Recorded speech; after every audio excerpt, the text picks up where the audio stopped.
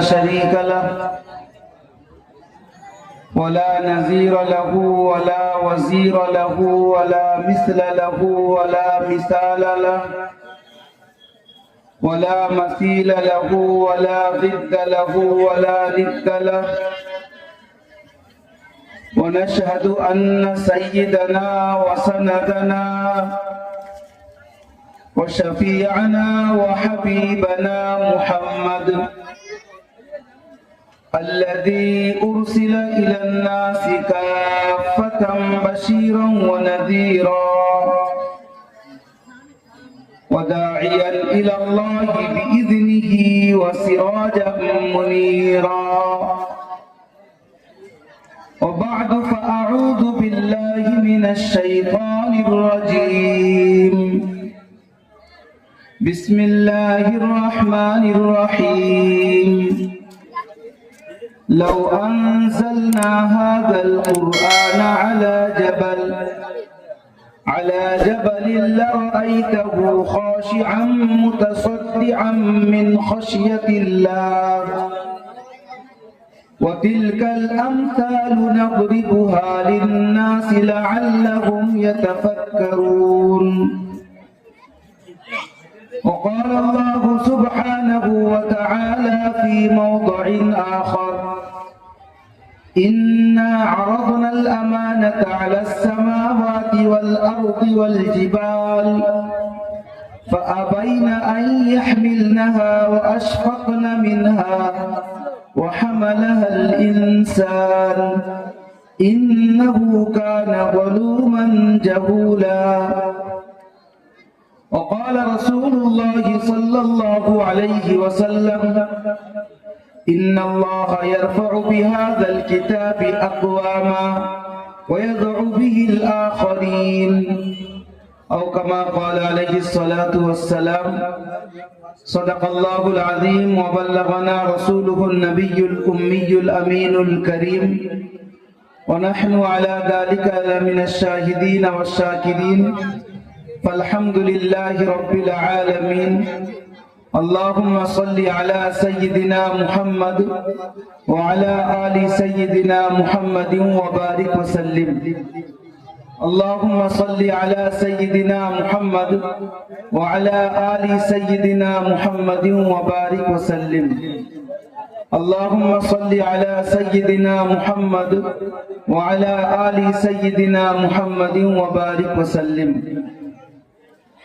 অনন্ত অসীম প্রেমময় তুমি বিচার দিনের স্বামী যত গুণগান হে চির মহান তোমারই অন্তর্যামী দুলকে ভুলকে সবারই ছাড়িয়া তোমারই চরণে পড়ি লুটাইয়া তোমারই সকাশে যাচি হে শকতি তোমারই করুণা কামি সরল সঠিক পূর্ণ পন্থা মোদের দাও গো বলি চালাও সে পথে যে পথে তোমার প্রিয়জন গেছে চলি সর্বাগ্রে সমস্ত প্রশংসা ও গুণকীর্তন আরাধনা উপাসনা স্তব স্তুতি সেই মহান মহিয়ান গরিয়ান রব্বে কায়নাত আমাদের খালিক তথা স্রষ্টা মালিক তথা কর্তা রব তথা প্রতিপালকের জন্য যিনি দয়া করে মেহেরবানি করে একটা সুন্দর নুরানি বাবরকত মাহফিলে একটাই মাত্র সাবজেক্ট অবজেক্ট পারপাস গোল অ্যাম্বিশন বা উদ্দেশ্য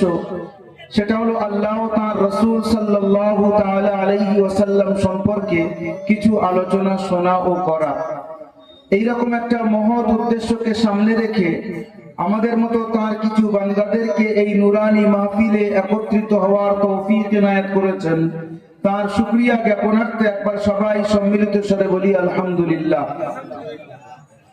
অতঃপর আমার আপনার নবী শেষ নবী মহানবী প্রিয় নবী সোনার নবী সাম্প্রদায়িক সম্প্রীতি ঐক্য সংহতির মূর্ত প্রতীক আমেনার দুলাল মরুর ভাস্কর আহমদে মুজতাবা মুহাম্মদে মুস্তাফা সাল্লাল্লাহু তাআলা আলাইহি ওয়াসাল্লামের উপরে অসংখ্য দরুদ ও সালাম বর্ষিত সবাই বলেন আল্লাহু আমিন অতঃপর আজকের সভার নির্ধারিত নির্বাচিত বিজ্ঞাপিত যথাযোগ্য মহামান্য সভাপতি সাহেব জিদা মাজদুহুমুস সামি হযরতে উলামায়ে কেরাম আমার সম্মুখ উপবিষ্ট বয়োজ্যেষ্ঠ সমবয়স্ক বয়কনিষ্ঠ দিনদরদি ভাতৃবৃন্দ যেখানে যেখানে আওয়াজ যাচ্ছে পর্দার অন্তরালে আমার আম্মা জানেরা, আপু জানেরা, শ্রেণীগতভাবে সবাইকে সালাম, শুভেচ্ছা, স্নাশিস, সম্ভ্রম, সম্ভাষণ জানাই। আসলে এই মাহফিল বা এই জলসাটা এটা কোরআনী মাহফিল। এর আগে প্রত্যেক বছরে আল্লাহর ফজলে প্রায় আপনাদের এখানে আল্লাহ আনেন, এক আধ বছর মধ্যখানে হয়তো মিস গিয়েছে, সেটা আমারই কারণে। সে যাই হোক, তো মোটামুটি প্রত্যেক বছরে কিছু না কিছু বাচ্চা, 2 জন হোক, 4 জন হোক, 5 জন হোক, তারা আলহামদুলিল্লাহ মাথায় পাগড়ি পরে। তা আসলে এর সম্পর্ক হলো কোরআনের সঙ্গে। তা আমি খুব লম্বা করব না কথা, কারণ আমার পরে প্রধান বক্তা সাহেব আছেন। মধ্যখানে শুধু একটু জোড়ার জন্য, আর আপনাদের নিজেদের কাজ কিছু আছে সেইগুলো সেরে যাতে এসে বসেন, এই জন্য একটু অল্প সময় আপনাদের একটু মাথা যাতে মানে জলসার দিকে আরো এগিয়ে আসে সেই চিন্তা ভাবনা নিয়ে বসা। আমি কোরআনে কারীমের 2টি আয়াত তিলাওয়াত করেছি। কোরআনে কারীমের যে 2টি আয়াত তিলাওয়াত হয়েছে তার মধ্যে প্রথমের দিকে আল্লাহ সুবহানাহু ওয়া তাআলা বলছেন, যদি আমি কোরআনকে অবতীর্ণ করতাম পাহাড়ের উপরে। আমরা যদি খেয়াল করি, পৃথিবীর মধ্যে পাহাড় নিজে মাথা উঁচু করে দাঁড়িয়ে আছে, যারা পাহাড়ে গেছেন দেখেছেন, আর নচেত তার ছবিতেও দেখতে পারেন। আমাদের ভারতবর্ষের মধ্যে এভারেস্ট আছে, সবচেয়ে উঁচু পাহাড় বলা হয়, সবচেয়ে হাইয়েস্ট মাউন্টেন বলা হয়। আল্লাহ সুবহানাহু ওয়া তাআলা বলেন, লাউ আনজালনা হাদাল কুরআনা আলা জাবাল, যদি আমি অবতীর্ণ করতাম এই কোরআনকে কোন পাহাড়ের উপরে, বড় পাহাড়, লা রাআইতাহু খাশিআম মুতাসাদ্দিআম মিন খাশিয়াতিল্লাহ, তো ওই পাহাড়কে দেখতে আল্লাহ পাকের ভয়ে, আল্লাহর কালামের ভারতে সে চৌচিরা হয়ে যেত, সেটাকে সে সহ্য করতে পারত না। কিন্তু ওই কালামের ভারতকে গ্রহণ করেছে, কবুল করেছে একটা ছোট্ট জিনিস, তার নাম হলো দিল। আল্লাহ রাসূল সাল্লাল্লাহু আলাইহি ওয়াসাল্লামের উপরে যখন কোরআন অবতীর্ণ হচ্ছিল, প্রথম যখন অবতীর্ণ হওয়া শুরু হয়,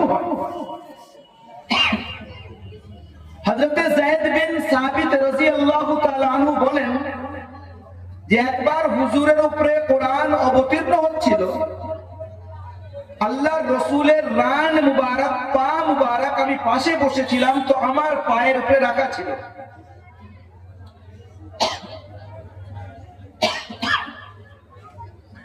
আমার পায়ের উপরে হুজুরের পা মুবারক রাখা ছিল। আমার এমন মনে হচ্ছিল যেন হুজুরের পা পাহাড়ের মতো ভারী, আমার পা, আমার রান যেন ভেঙে যাবে, এইরকম পরিস্থিতি। আর অন্যদিকে কনকনে ঠান্ডা। জাযাকাল্লাহু খাইরান।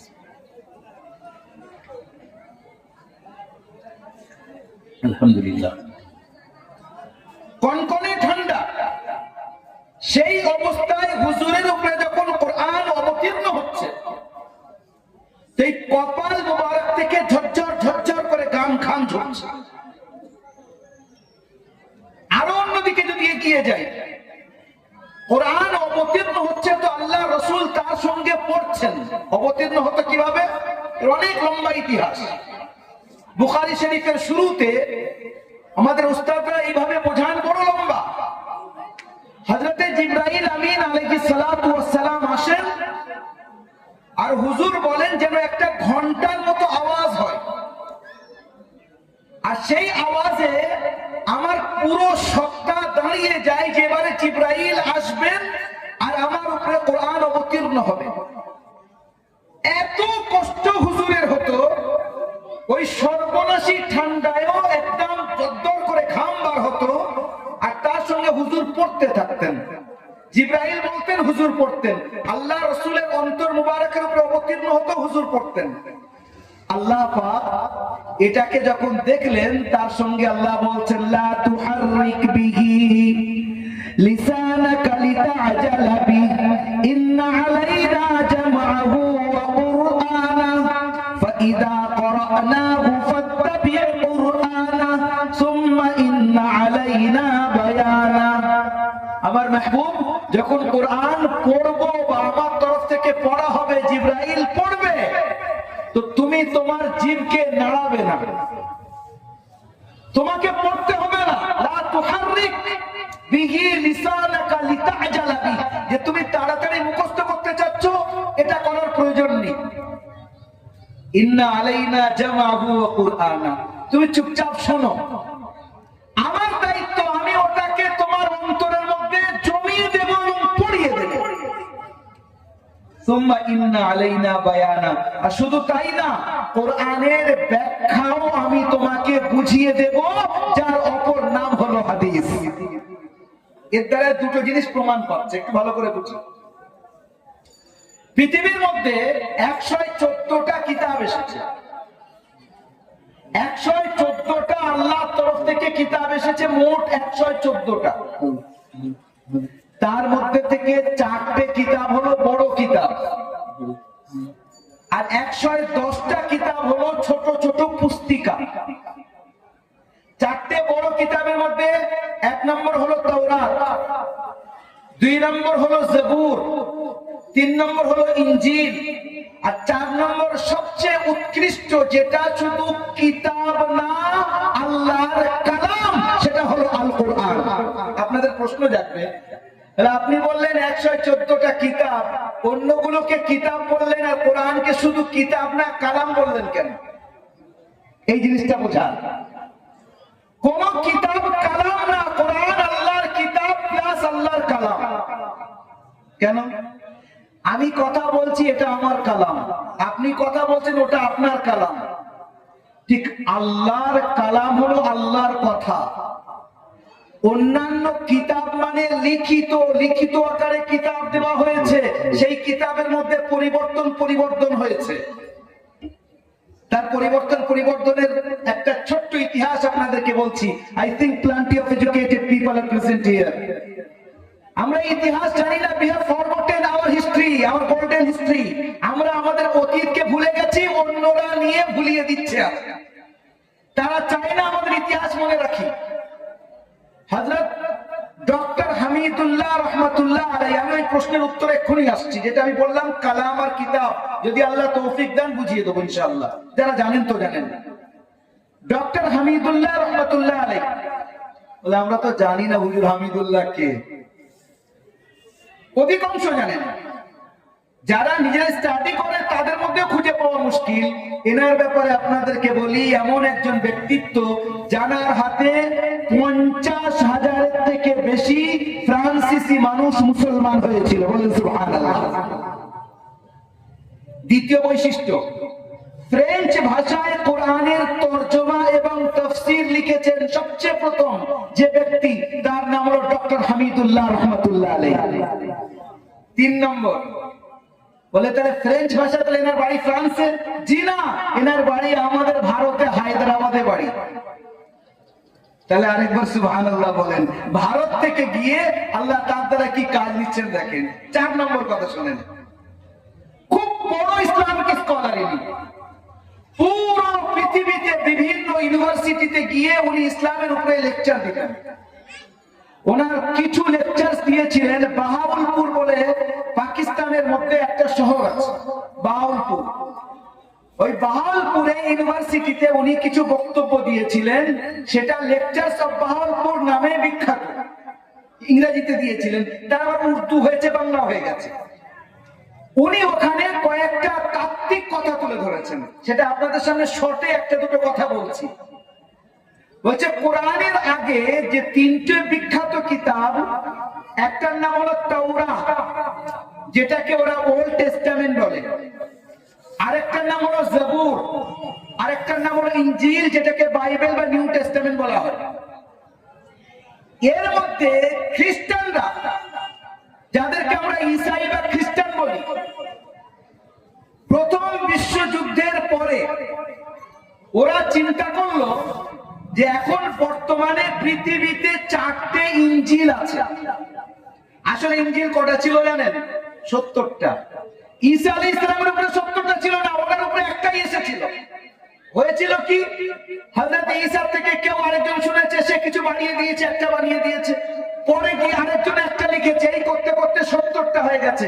আমি এ কথা বলছি না, খুতবাতে বাহাউলপুরের মধ্যে অত বড় ব্যক্তি তিনি বলেছেন, সেইটা শুধু শোনাচ্ছি, আমার নিজস্ব কোনো কথা নেই। উনি বলছেন 70টা ইঞ্জিল, খ্রিস্টানদের মাথা খারাপ। আরে আমরা দুনিয়ার সামনে কি পেশ করব?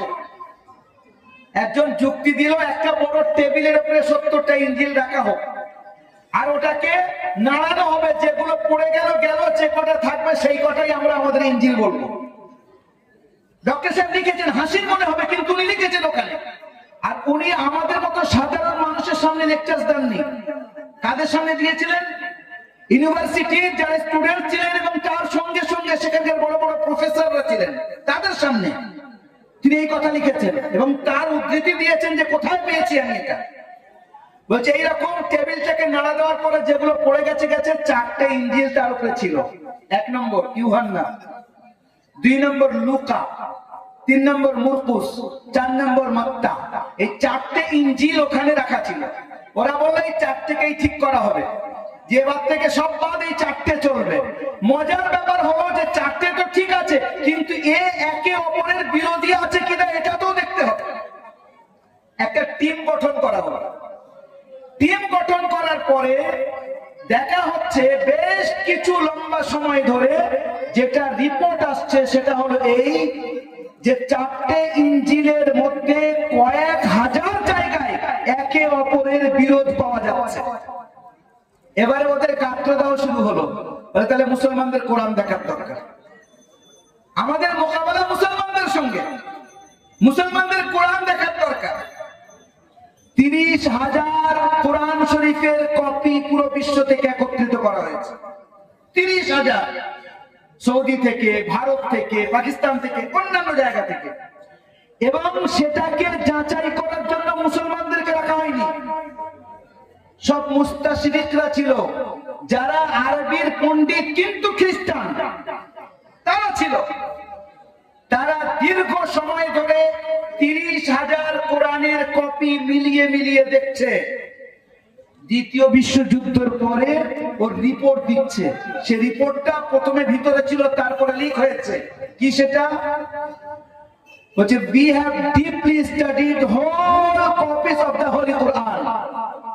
যতগুলো আমাদের সামনে কোরআন ছিল 30,000 কপি, প্রত্যেকটা আয়াতের সঙ্গে আয়াত মিলিয়েছি আমরা, সূরার সঙ্গে সূরা মিলিয়েছি, অক্ষরের সঙ্গে অক্ষর মিলিয়েছি, সেন্টেন্সের সঙ্গে সেন্টেন্স মিলিয়েছি।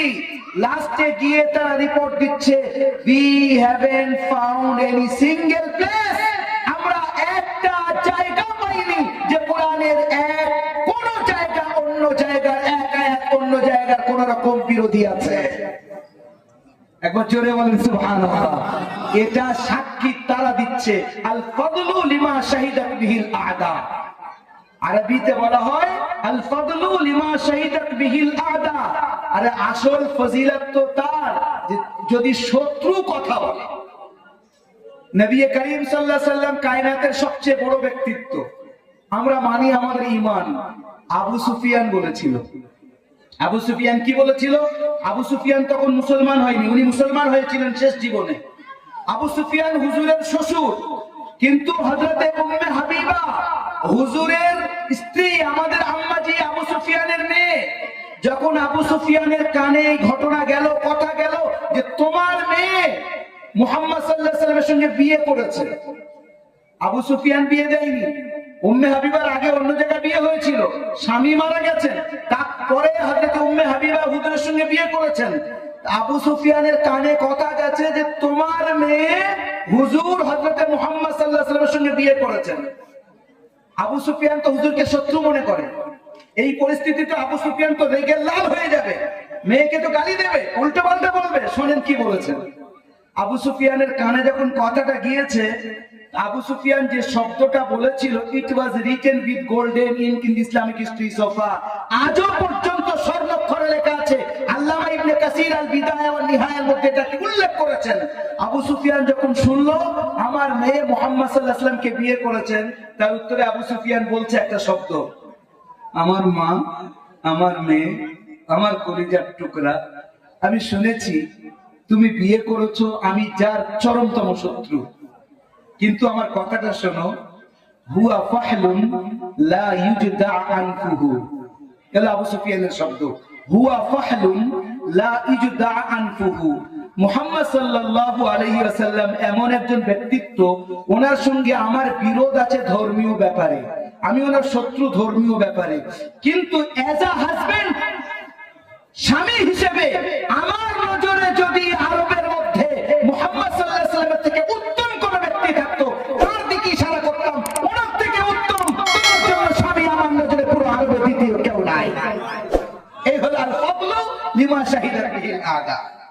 অর্থাৎ আসল ফজিলত তো তার যখন শত্রুরা কথা বলবে। তো কোরআনের ব্যাপারে আমি আপনি কথা বলি, এই কথাটা তো সহজ, আমাদের ঈমান।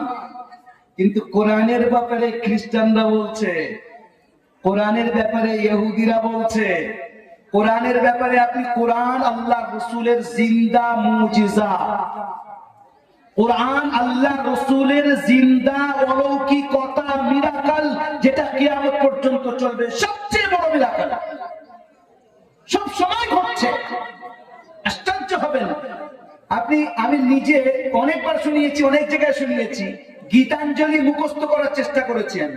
গীতাঞ্জলি আপনারা জানেন, কবিগুরুর লেখা, তার একটা অংশ আমি বলি মুখস্থ করি। কেউ আমাকে বলেছে তুমি বাংলা টাংলা বেশি জানো না, এক কাজ করো গীতাঞ্জলি মুখস্থ করো।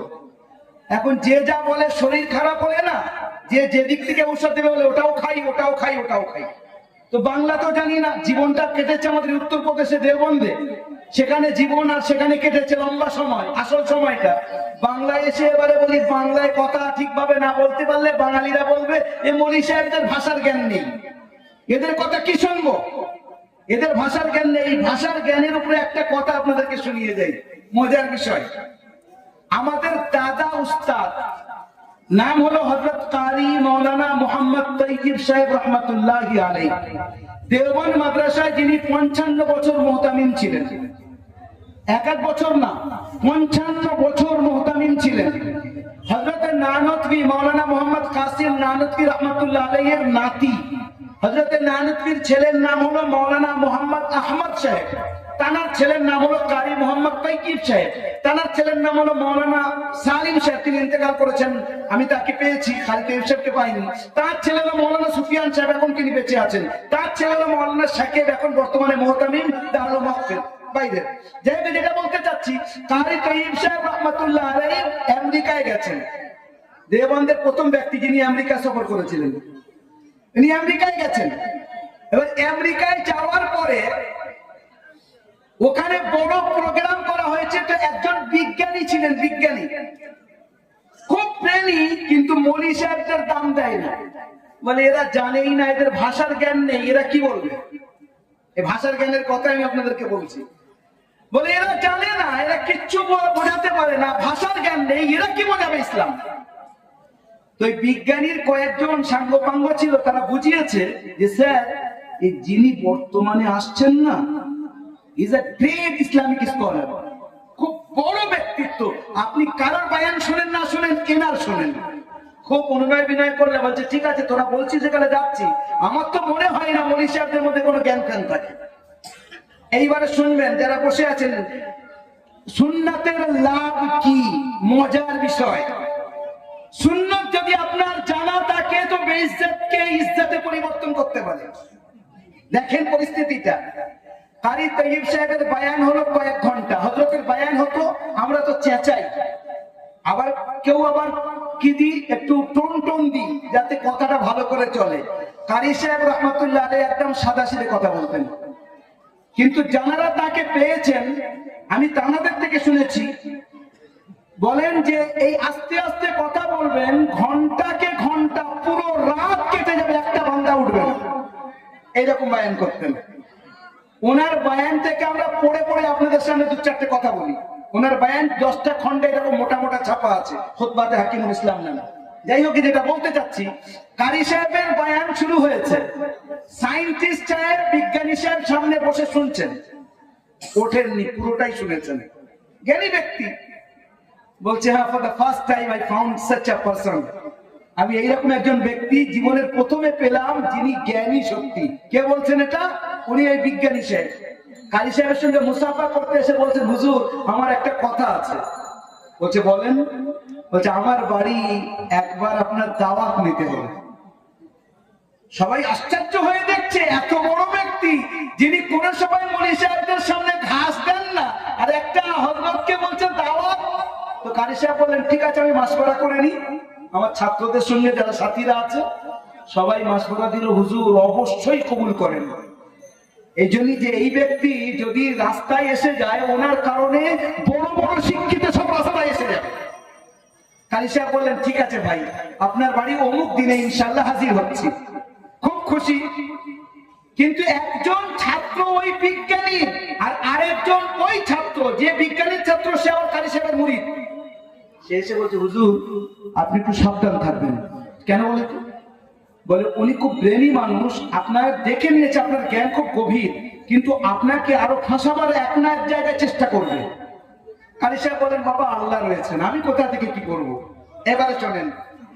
কাজী সাহেব যথারীতি ওনাদের বাড়িতে গেছেন, যেখানে মেহমানখানা গেস্ট হাউস, সেখানে রান্না খাওয়া দাওয়ার ব্যবস্থা, দস্তরখান লাগানো আছে, প্লেট লাগানো আছে, জগ লাগানো আছে, কাঁটা লাগানো আছে, ছুরি আছে, সব আছে। ইচ এন্ড এভরিথিং, প্রত্যেকটা জিনিস ওখানে লাগানো আছে। নিকেই জগ আছে, পানি নেই। প্লেট আছে, ভাত নেই। প্লেট আছে, রুটি নেই। পেয়ালা আছে, তরকারি নেই। হ্যাঁ, ছুরি আছে, কেক নেই। মোট কথা হলো পাত্র আছে, কিন্তু পাত্রের মধ্যে খাদ্য নেই। এবারে মজার বিষয়টা বোঝেন। কাজী সাহেব বসেছেন, এবার ইনি বলছেন, কে? সায়েন্টিস্ট সাহেব, উনিও সামনে বসেছেন, আরো যারা আছে। বলছে হুজুর শুরু করেন। কে বলছে? কাজী সাহেবকে ওই বিজ্ঞানী সাহেব বলছেন হুজুর শুরু করেন।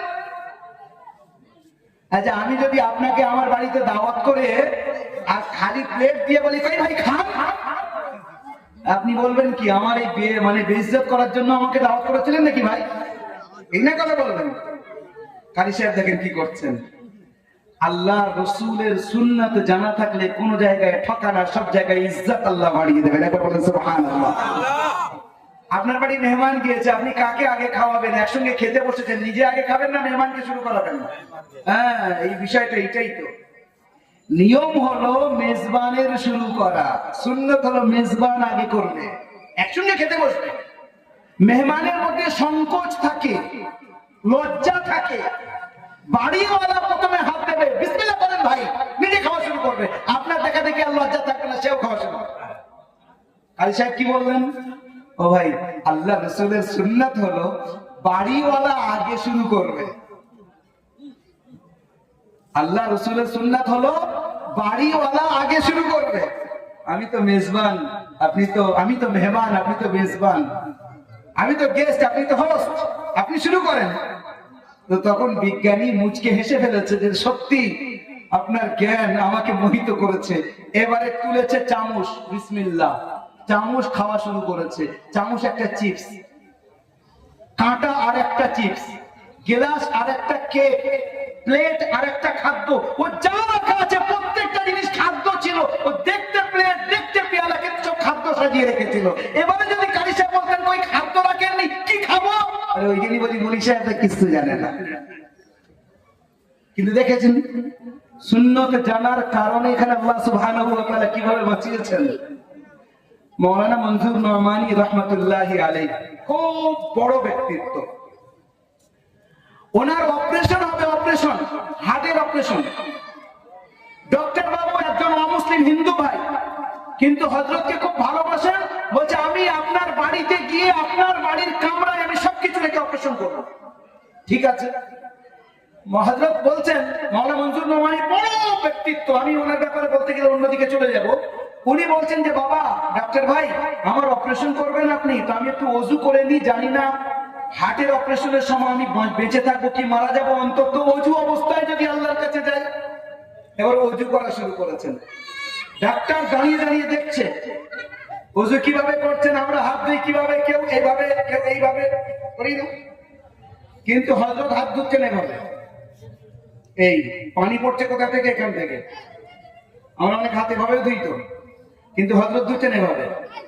ডক্টর দাঁড়িয়ে দাঁড়িয়ে দেখে ওযু হয়ে গেছে, এবারে জিজ্ঞাসা করছে, আপনি হুজুর হাতটা এভাবে তুলেন না কেন, এভাবে তুলেন কেন? বলছি এটাই হলো সুন্নাত, হাত এভাবে ধোয়া হলো সুন্নাত, আল্লাহ রাসূলের পদ্ধতি এটা। তখন ডক্টর বলছে, আই কান্ট বিলিভ, আমি বিশ্বাস করতে পারছি না। বলে কেন?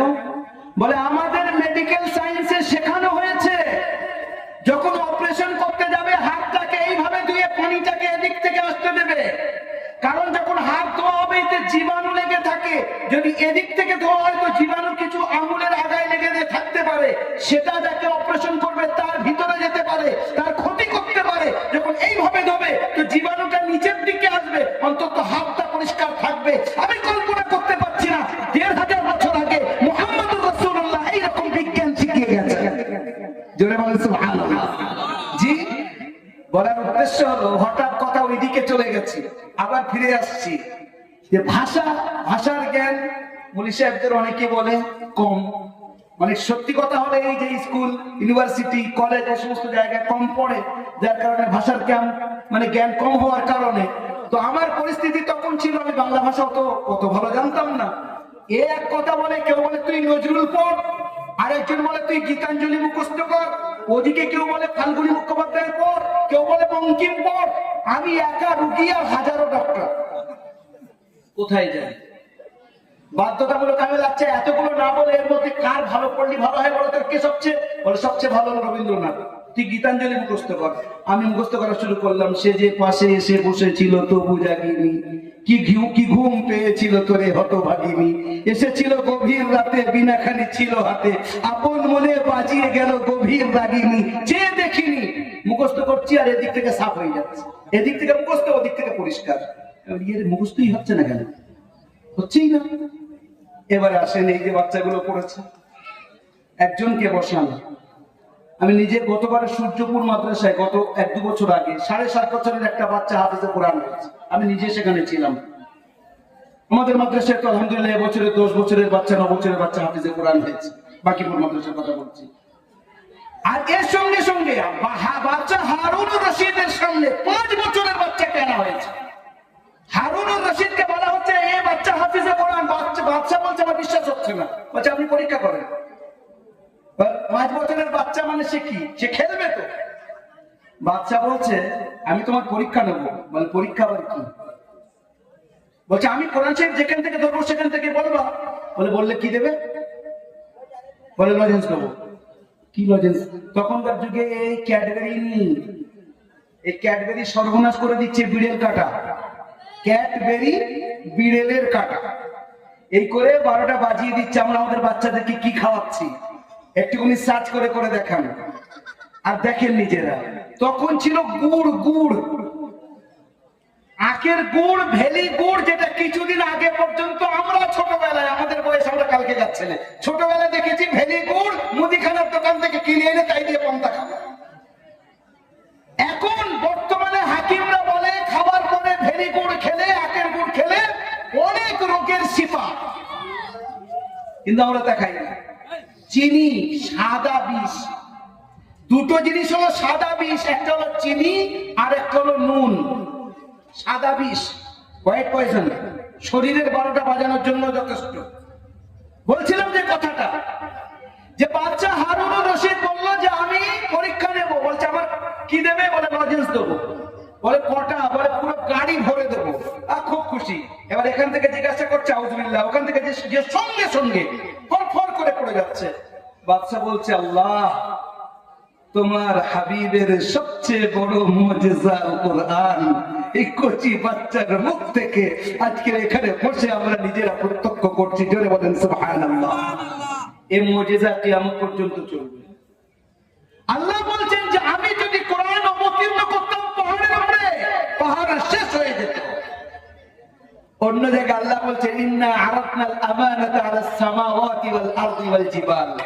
আমি আমার হুকুম, আমার কোরআন আসমানকে বলেছি তুই নিবি, জমিনকে বলেছি সহ্য করবি, পাহাড়কে বলেছি নিবি, ফাআবাইনা আন ইয়াহমিলনাহা ওয়া আশফাকনা মিনহা, ওরা বলল না সম্ভব না, তোমার কালাম সহ্য আমরা করতে পারবো না। কে নিল? ওয়া হামালাহাল ইনসান, মানুষ বলে আমি নেব, আমাকে দাও না। ছোট্ট একটা দিল, তার মধ্যে আল্লাহর কালামকে নিতে চাচ্ছে। এবারে সেই প্রশ্নে আসছি, আল্লাহর কালাম আর কিতাব, কথা বলতে বলতে লম্বা হয়ে গেছে। আল্লাহর কালাম আর কিতাবের মধ্যে পার্থক্য।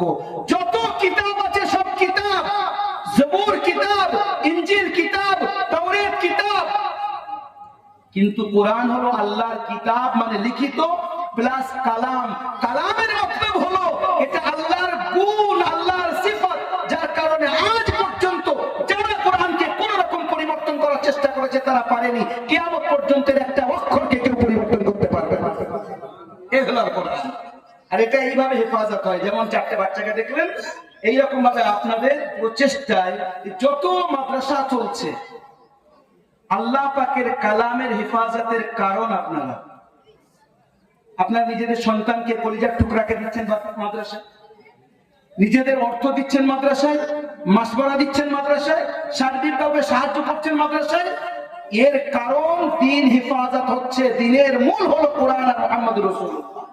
এই জন্য বিরাদারান ইসলাম, এই মাদ্রাসাগুলোর হেফাজত জরুরি। ফালাহে দারাইন, আজকেকার মাদ্রাসা, আমি দুদিন আগে মুর্শিদাবাদ বেলডাঙ্গা একটা ফালাহে দারাইন মাদ্রাসায় গিয়েছি, তার নামও ফালাহে দারাইন, সেখানে গিয়েছি। আমি বলি বাহ, নইনানে আমাদের ফালাহে দারাইন আছে, মুর্শিদাবাদেও ফালাহে দারাইন পেলাম, ভালোই লাগলো। এই ফালাহে দারাইন মাশাআল্লাহ, এই মাদ্রাসা আপনাদের প্রত্যেক বছরে এরকম গিফট দিয়ে থাকে। আমার পাশে মনসা বসে আছেন, আর এদিক থেকে আরো এক দুজন আমাকে এসে আবার ওহি করে দিয়ে গেছেন। বলছে প্রত্যেক বছরে তুমি আগে আসো, এর এসে জাল টাল ফেলো, এবছরে জাল ফেলোনি। আমি জাল ফেলার লোক না। বুঝতে পেরেছেন আপনারা বাংলা কথাটা? বলে প্রত্যেক বছরে তুমি জাল ফেলো পুকুরে, এবছরে জাল তুমি ফেলোনি, অন্য কেউ ফেলেছে। আমি যে ফেললে হলে মাছ ওঠার দরকার।